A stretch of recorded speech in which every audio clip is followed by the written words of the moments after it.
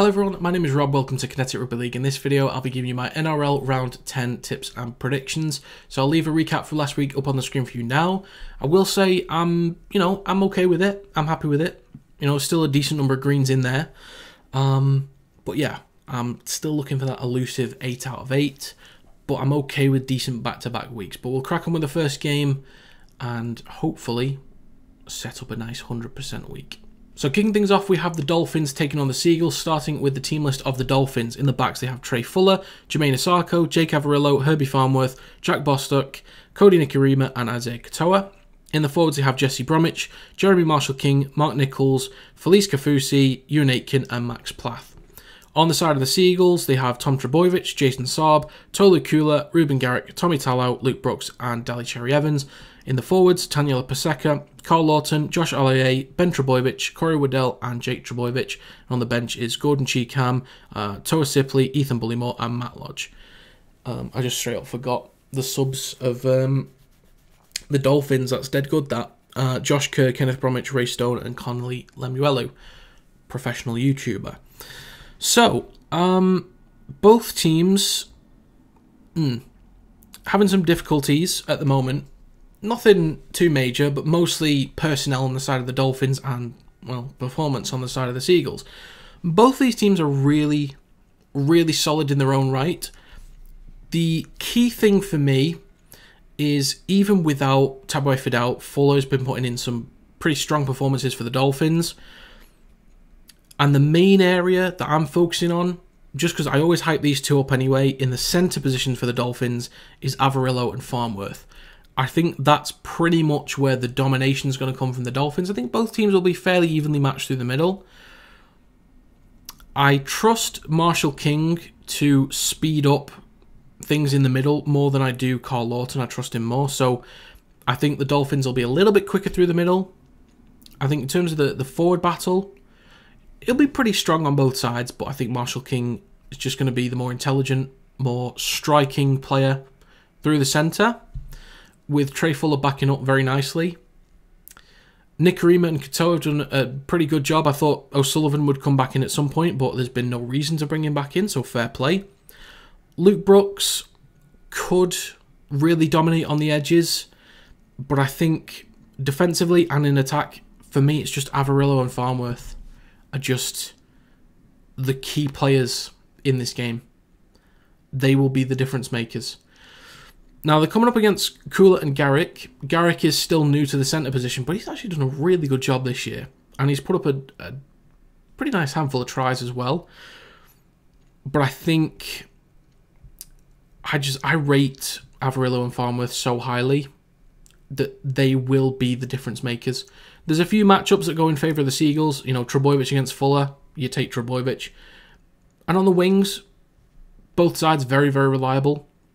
In the forwards, both very strong, but as I said, I think Marshall-King adds a bit more pace and intelligence, a bit more sting to the middle, and then on the edges, yeah, Jake and Herbie, they've got it. So I'm just going to edge it towards the Dolphins. I'm going to take the Dolphins to win 1 to 12 points. Next up, we have the Panthers taking on the Bulldogs, starting with the team list of the Panthers. I'll remember the subs this time.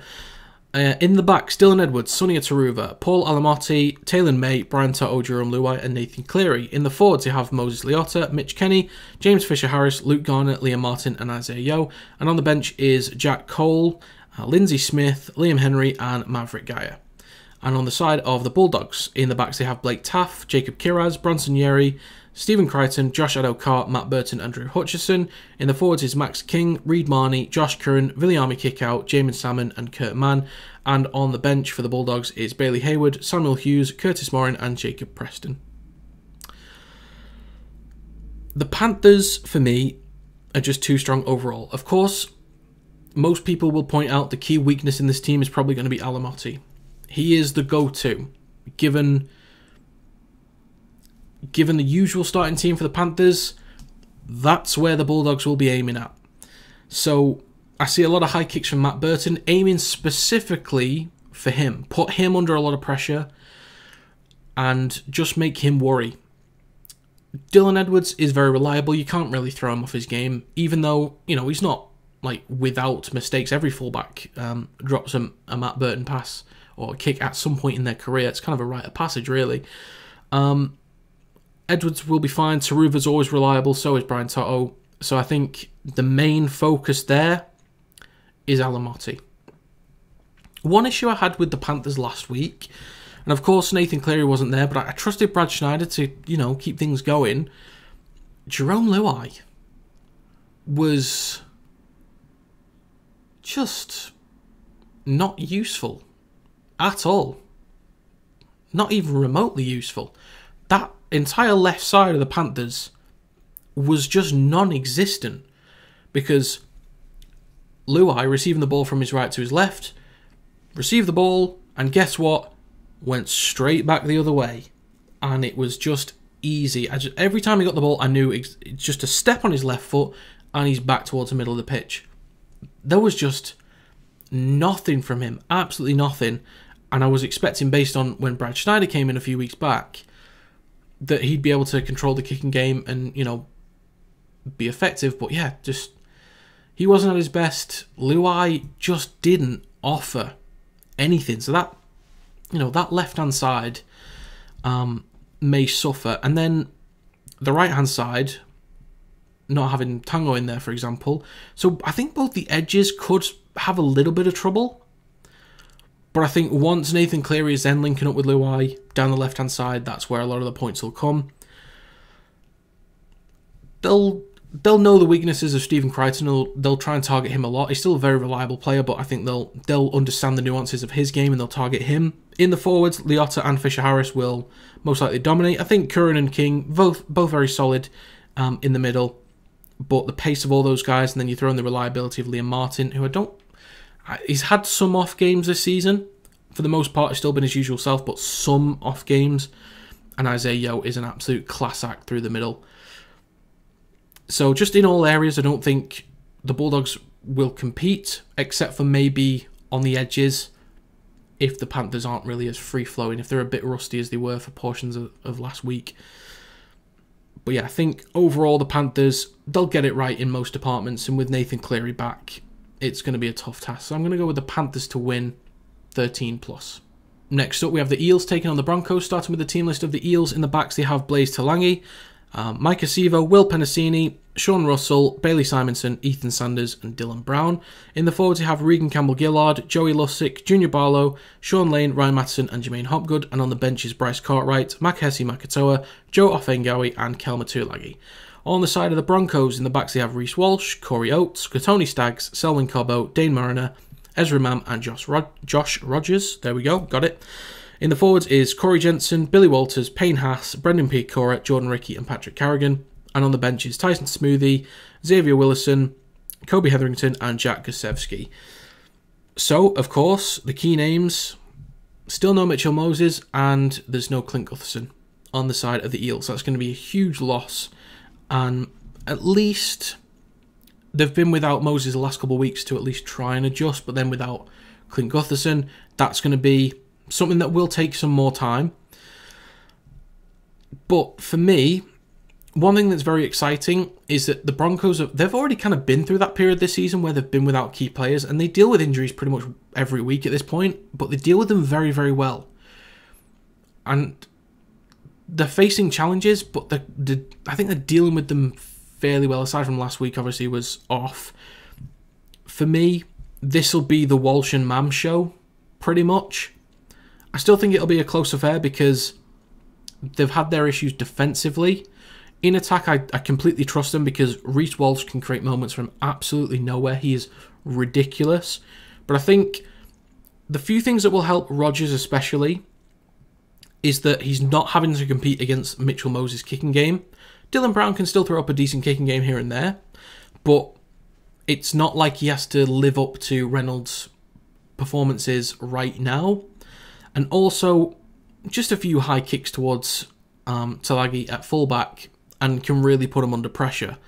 So, I'm not expecting too much from Rogers, but if he's having a go at the line, taking on full responsibility of the kicking game, and just letting Mam get on with what he does best, let Walsh get on with what he does best, I think the Broncos will be fine in this game. And as always, as much as Campbell-Gillard and Barlow are class acts in the forwards, and extremely reliable. Corey Jensen is reliable, and then for me, Payne Haas is just a different animal. He's on a different level, and has been back a couple of weeks now. Fitness is hopefully, back to full. And then you throw in players like Piakora and Ricky. I mean, Lane and Matterson are solid, but Piakora and Ricky, they've been really solid over the past couple of years, and Piakora this year especially. And Patrick Carrigan through the middle has been really impressive. And given the issues that they've had to deal with, Carrigan's really young, but I think it's put more on him. And over the last couple of years, so it's a bit of a side note, but over the last couple of years, we've seen that Carrigan's a great professional and is a good runner of the ball, is very skillful. But I think over the last couple of weeks, given the issues that the Broncos have had to deal with, he's stepped up as more of a leader and as more of an individual player that's really going to help the forward pack of that Broncos team. They're already very strong, but he as an individual, he just looks... There's just something about him for me, he just looks better. And he's somehow looks more mature this year because of what the Broncos have had to deal with week to week. Overall, I just think the Broncos are stronger, but as I always say, most weeks the Eels are just coached very well and somehow pull out a decent performance from nowhere. But I just think the Broncos are the stronger team, so I'll lean towards them. So I'm going to go with the Broncos to win, 1 to 12 points. Next up, we have the Tigers taking on the Knights, starting with the team list of the Tigers. In the backs, they have Jareen Bula, Charlie Staines, Stafford Toa, Justin Olam, Brent Needon, Lachlan Galvin, and Jaden Sullivan. In the forwards is Stefano Otokomanu, Api Coruscant, David Clemmer, Samuel Afenu, John Bateman, and Isaiah Papali'i. On the bench is Jake Simpkin, Alex Twal, Alex Seyfarth, and Fanua Pole. On the side of the Knights, they have David Armstrong, Greg Marju, Dane Gagai, Bradman Best, Inari Towler, Tyson Gamble, and Jackson Hastings.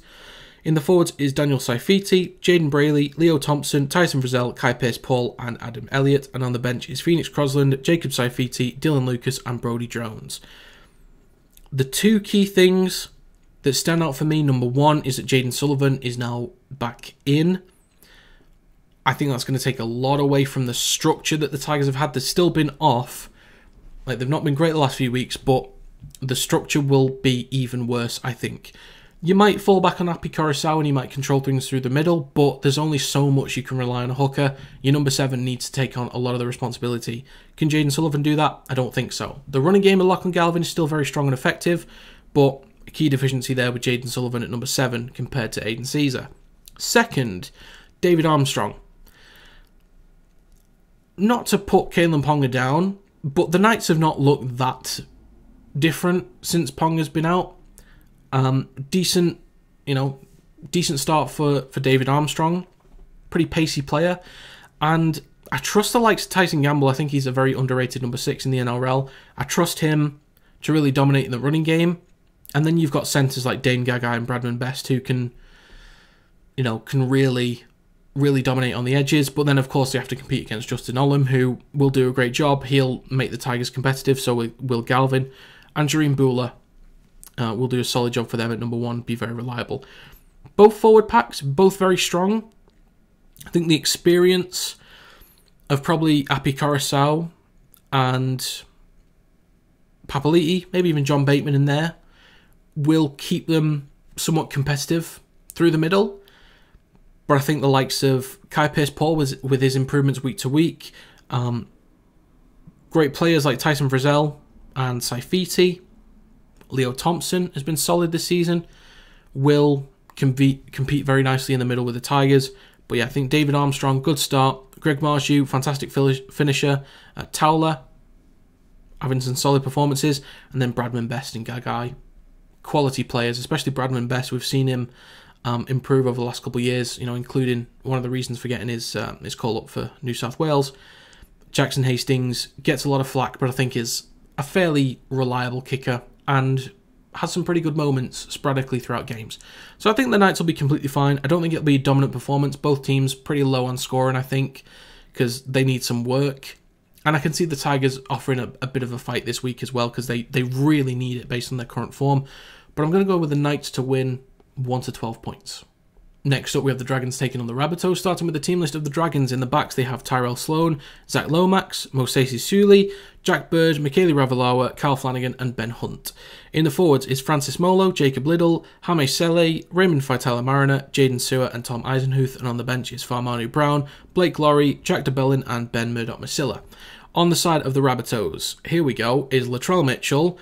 The first time saying this name, so please bear with me, is Gehamat, Shibasaki, Jack Whiten, Michael Cheekham, Isaac Tuatopu Thompson, Tuatupo, there we go, Cody Walker and Dion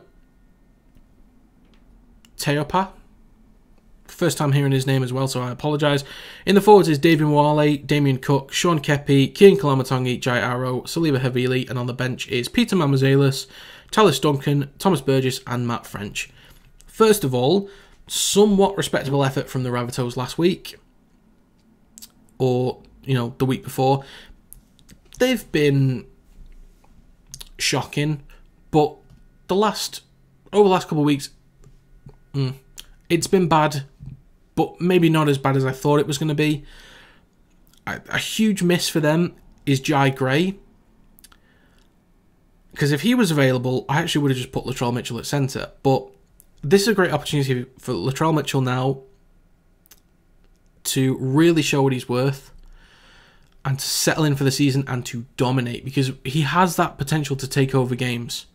He can dominate, but I just don't know what Latrell Mitchell we're going to get. So a few things. Michael Cheekham at centre, for one, is going to be a point that the Dragons attack, and Teupa, I think is how you pronounce it, is probably going to have a tough time at number 7. Shibasaki will be targeted a lot as well. Relying on the veterans, I guess, of Latrell Mitchell and especially Jack Whiten and Cody Walker. Damien Cook will be so important. If they can link up nicely with Kian Kalamatangi and Jai Arrow, I think sometimes the edges of the Dragons can be pretty weak. So if they link up nicely, if they can dominate through the middle and link up with those guys, they can crash over. But for me, I can't believe I'm about to say this, I think this will be Carl Flanagan's game. I just see him having an absolute field day, and Tyrell Sloan's going to pop up in the right positions, supporting. Ben Hunt knows how to take on the line and duke people, so I think he'll find a few gaps in there, and Tyrell Sloan will be in support. Zach Lomax to score any time. You could...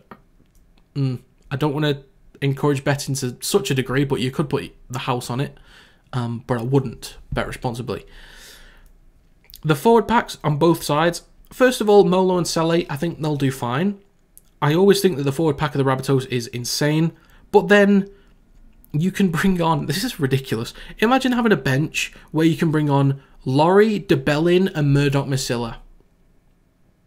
I know Murdoch-Masila's ankles and knees are made of paper mache, but if he can get through a full game, he's insane. It's just ridiculous. That bench is crazy. And Farmanu Brown off the bench at number 9. Didn't have a good go of it at Hull FC in Super League, but they played him at number 7, which he isn't. He's a number 9, and we saw that during the Pacific Championships for New Zealand. That is a hell of a bench for the Dragons. First off, the starting 13 is already much stronger than the Rabbitohs. They've been playing better. That bench is insane for the Dragons. It really is. So I could see the Dragons dominating this game. Really dominating. I think the Rabbitohs will put up points because they've had their moments. They've had their moments. But my God, the Dragons, something about them. I just think Carl Flanagan's actually going to have a field day. I can't believe I'm saying that. And I can't believe I'm going to say this. Dragons to win, 13+. Next up, we have the Storm taking on the Sharks, starting with the team list of Melbourne Storm. In the backs, they have Sal Levy, Fialogo, Will Warbrick, Remus Smith, Nick Meaney, Grant Anderson, Cameron Munster and Tyron Wishart. In the forwards is Christian Welch, Harry Grant, Josh King, Sean Bloor, Eliezer Katoa and Trent Liero. And on the bench is Bronson Garlick, Joe Chan, Nelson Asfa-Solomona and Alec McDonald. The team list for the Sharks in the backs is William Kennedy, Sione Katoa, Jesse Ramian, Kale Ido, Ronaldo Molotalo, Daniel Atkinson and Nico Hines. In the forwards is Thomas Hazelton, Blake Brayley, Oregon Kafusi, Britton Nikora, Teague Wilton, Cameron McInnes, and on the bench is Jack Williams, CSC for Talakai, Royce Hunt and Braden Hamlin-Ueli. strong bench for the Sharks there, and even having Talakai, who has adjusted to life at second row, can play second row and centre if needed. So that's very helpful for them. But Kale Ito, keeping that number 4 spot, great for him. You know, limited experience in the NRL, but, you know, he's keeping that spot right now. So clearly the coach is happy with him. So, and the thing is, if it was taking a lot of production away from Ronaldo Mulatalo, you'd notice. So, yeah, there's one thing. Daniel Atkinson, also very inexperienced, but, you know, was the go-to guy at number 6 for Italy during the World Cup. Obviously, there's some glaringly obvious problems with the lineup for Melbourne Storm. There's no Pappenhausen and there's no Hughes. They're just, you know, blatantly obvious issues. Grant Anderson is going to be the main point of attack that the Sharks look at, and Falogo with some, you know, huge kicks. If Atkinson and Hayes can catch him out of position, they can get a lot of repeat sets, you know, and especially if the timing's good. Katoa and Mulatalo are exceptional on the wings. Warbrick has been caught out of positions a fair few times, actually. So if Falogo's out of position, and Will Warbrick, which would both happen based on their performances and inexperience, Atkinson and Hines can find some decent chip kicks into the corners, or some grubber kicks into the corners, or into those spaces like between the touch and the posts, like halfway. They'll find some space in behind, and the second rows that they've got in Nicoda and Wilton will eat those up, and could potentially see some tries from those guys. The forward pack, I think, on both sides will be pretty even. Harry Grant, you'd normally, you know, lean towards in the middle, but I think Blake Braley's probably just going to be fine. Eliesa Katoa this season has been quality. It's been absolutely brilliant for them. Like, he was just kind of there last year. Like, during the league last year, just, you know, he was part of the 13. He just existed. But now he's like, he's a go-to player. He's one of the reliable players on that team. He's creating opportunities. He's been a bit of a bulldozer in that on that right edge. But overall, my biggest issue with Melbourne Storm is that they lose momentum very easily.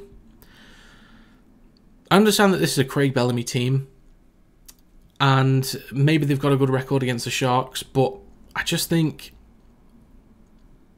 as much as Melbourne Storm have been not necessarily reliable, but reliable enough to get the results, and they've made it close at times, I think they can't afford that to happen.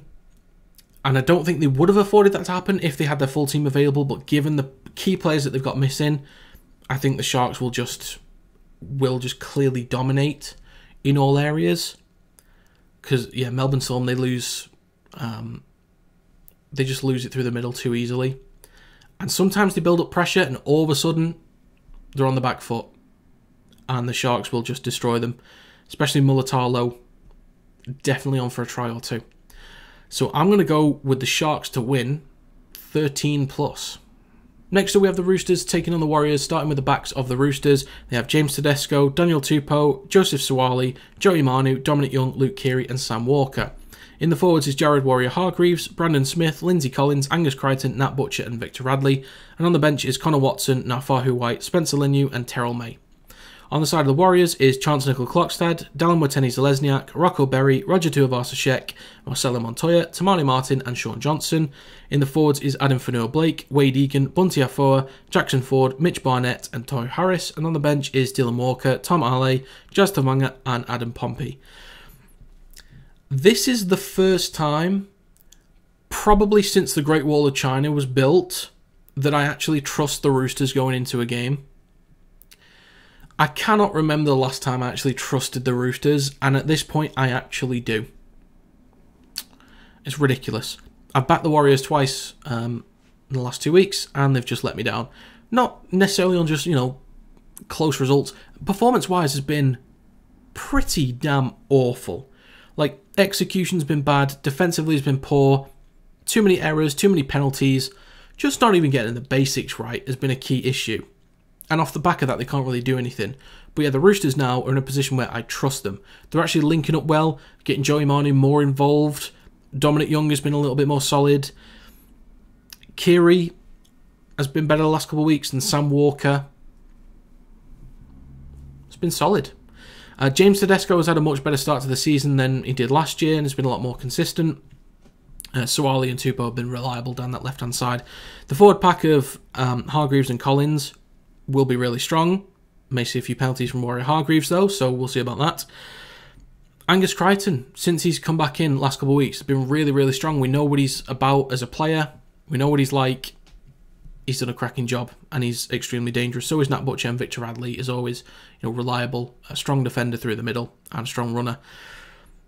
I just think in all departments, you'd kind of trust Fanua Blake to take the fight to them in the middle, but I think they're still actually missing Luke Metcalf. He's the only, you look at this team on paper, the only key player that's really missing is probably Luke Metcalf. It just fits that system well. And that's not to say that Tamari Martin isn't a valuable player. He really is. But maybe just the whole thing works better. But as I said, the Warriors just need to get the basics right, and they haven't for 2 weeks now. I do trust them to get back on track a little bit with that side of it, but the Roosters, as I said, I'm trusting them now. They're starting to get things right. Don't you let me down now. I'm actually trusting you, so don't go letting me down. I just think in all areas the Roosters will be a lot stronger, and they'll just find ways to put up points all over. So I'm going to go with the Roosters to win, 13+. Finally for this round, we have the Titans taking on the Cowboys. Starting with the team list of the Titans, in the backs they have AJ Brimson, Philip Sammy, Brian Kelly, Harley Smith-Shields, Jojo Fafita, Chris Randall and Kieran Foran. In the forwards is Moeki Fotuaika, Sam Verrills, Jamin Jolliffe, David Fafita, Bo Fermor and Isaac Liu. And on the bench is Keno Kinney, Erin Clark, Cleese Haas and Josiah Pahulu. Hopefully I didn't butcher that one. On the side of the Cowboys, in the backs is Scott Drinkwater, Cal Felt, Valentine Holmes, Viliami Vile and Sammy Valame. There we go. Tom Didden and Chad Townsend. In the forwards is Jordan McLean, Reece Robson, Griffin Neem, Kilikefu Finifeyuaki, Jeremiah Nanai and Ruben Cotter. And on the bench is Helam Lukey, Thomas McKaylee, Get in McKaylee, Sam McIntyre and Jason Tamalolo. First of all, I'm a Warrington Wolves fan, if you guys didn't know. This is the first time I'm going to see McKaylee play. I don't know if he was... I don't know the last time he played. It's probably reserve grade, if I'm not mistaken, but I've wanted to see him play for a while, so I'm really excited. So not only is he there, who was actually so instrumental in a lot of the performances, especially in the early part and the back end of last season for Warrington, you've got Helam Lukey, who can play second row if you need him to, probably loose forward, lock, I should say, and probably at the centres if he has to play there. And then you've got Jason Tamalolo on top of it as well. So that forward pack of the Cowboys will dominate. My biggest issues... First of all, I'm happy that AJ Brimson is back in a position that he's familiar with. I think Vilea and Valame will be key targets. Both I think will be okay, but I think there'll be some issues over there which the Titans will look to exploit. How it's going to go for Chris Randall at 6, I don't know. They're having to kind of throw some things out there. I think, based on paper, I want to say 13+ for the Cowboys, but I'm losing a tad bit of trust in them at the moment. And the Titans over the last few weeks have at least looked a bit more competitive than they have done, especially since the first few weeks. They were just nowhere to be seen, but they started picking up some better results. So I think they will potentially make it somewhat competitive at points.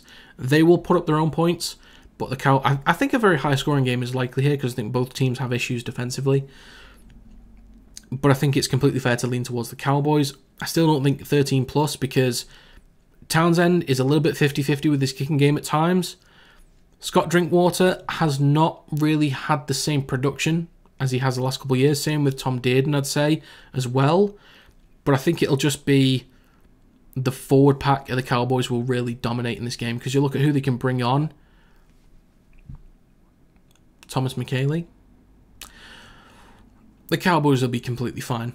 So I'm going to go with the Cowboys to win 1 to 12 points. So to recap my predictions for this week, I'm going to take the Dolphins to win 1 to 12 points, the Panthers to win 13+, I'll take the Broncos and the Knights to win by 1 to 12, Dragons, Sharks, Roosters 13 plus, and the Cowboys 1 to 12. In terms of winners' confidence, I'm at about 90%. I think most of these should go that way. I think Panthers, Broncos, Knights, Dragons, Roosters, and Cowboys should all be pretty safe. Seagulls could probably beat the Dolphins. I think maybe the Storm come up with an interesting performance. In terms of margin confidence, 70%. I'm very unsure about a lot of these because I think the Broncos could actually beat the Eels by 13 plus. Of course, the Seagulls could then beat the Dolphins. That throws that out of whack.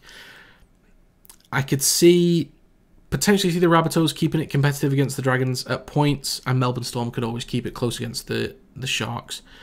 And also the Cowboys might actually just completely dominate against the Titans. So there's a few in there I'm not entirely sure about, but 90% on the winners, 70% on the margins. So that's going to be it for my NRL Round 10 tips and predictions. If you have your own, do let me know in the comments down below. Also, let me know how you got on last week. But if you enjoy this content, feel free to like and subscribe to the channel to stay up to date with more Rugby League content. Also, follow the link. Go to the link in the description down below for the TikTok page.